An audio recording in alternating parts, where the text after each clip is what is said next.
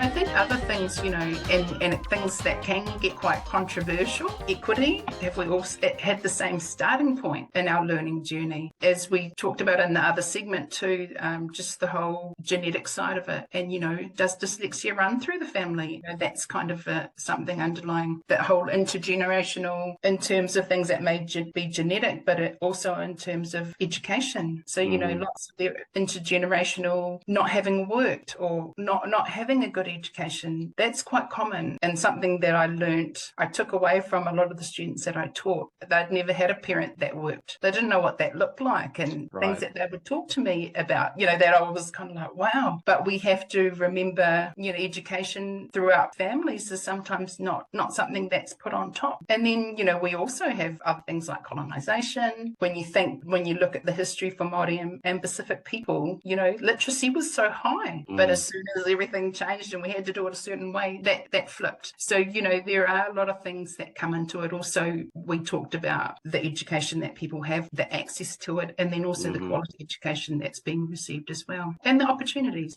some of us have had more opportunities than others and been able to, so if some of those things are missing, they could be some of the underlying causes or reasons why. Some of these sound like a nature versus nurture type of debate. Things that, we talked about genetics in the first segment, and we're talking about, I don't know whether you call them environmental factors or something like that in this one. Is that like amongst neurodiversity researchers and academics, is there a divide between the nature versus nurture, or do you have a view on that, or is it a bit of a sidetrack? It's becoming more and more of a debate, I think, because, and then you hear people saying, why is there suddenly all these people with dyslexia? Or what is it because people just know now, and so, they're all saying they have dyslexia, or but I do think that the stats that we know would be pretty underrated, because we say that around 10% of the population have dyslexia, although we don't really know because it's not monitored or measured at all at the moment.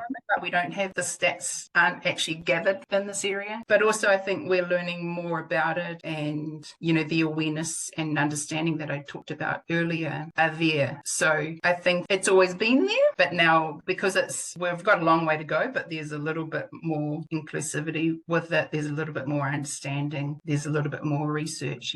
Things are on the up, but we still have a long way to go. In New Zealand, it wasn't even officially acknowledged until 2007. So, and I'm just talking about dyslexia for this one, but we still have a long way to go. Yeah. But it certainly seems like there's more of an appetite now for people to learn about dyslexia or think about what's going on, looking at some of these causes. So how can, if you, as an educator or someone who's like a vocational tutor or trades tutor, if they start to look into some of this, and obviously there's a whole lot of different causes, some on the side of nature and some on the side of nurture, if they start to get a handle on some of that, how's it going to help them work with their akonga, with their learners? Yeah, I think it just having that empathy and understanding is a huge start, huge starting point. I have unfortunately witnessed, where an akonga has come along with so many challenges and difficulties and haven't been supported. And there's lots of reasons for that too, and it's not the educator's fault, and it's certainly not the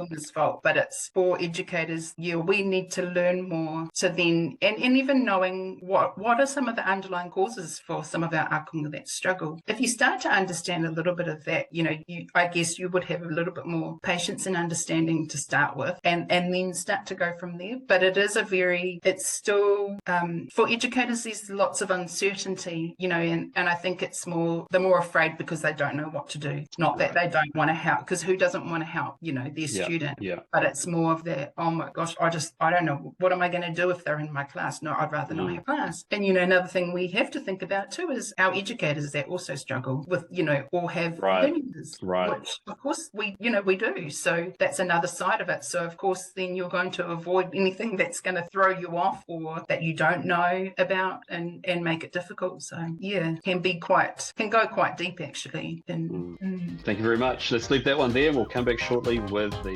third clip, which is on strategies for supporting your akonga. Kia ora. Kia ora, Graham. Awesome.